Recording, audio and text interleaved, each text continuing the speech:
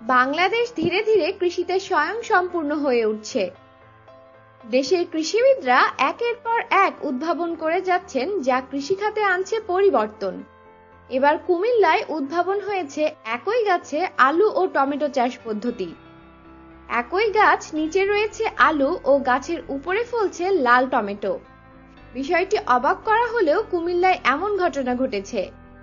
কুমিল্লায় কৃষক পর্যায়ে একে বলা হচ্ছে টমেটো চাষ।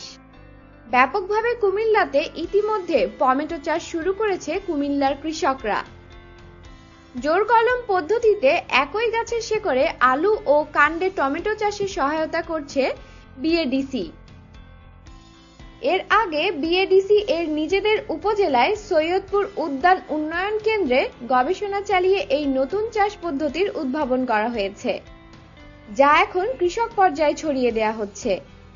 বিএডিসি এর আবিষ্কৃত জোড়া কলমের এই গাছে একই সাথে আলু এবং টমেটো ধরার ঘটনায় এলাকার মানুষের মধ্যে সৃষ্টি হয়েছে উদ্দীপনা। কৃষকরা অধিক মুনাফা পেতে একই জমিতে একই গাছে দুই ফসল আবাদের দিকে বেশি ঝুঁকছে। টমেটো গাছের টমেটো যেমন লাল এবং আকারে বড়, তেমন আলুও হচ্ছে। গবেষকরা বলেছেন, এই পদ্ধতিতে একই সাথে একই দিনে আলু ও টমেটোর বীজ বপন করা হয়, ফলে আলু এবং টমেটোর চারা একই সাথেই অঙ্কুরিত হয়।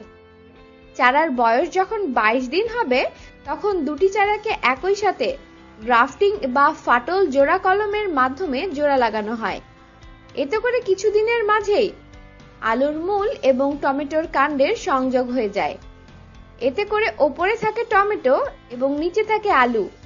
এভাবেই দুই ফসল একই সাথে ফলানো সম্ভব।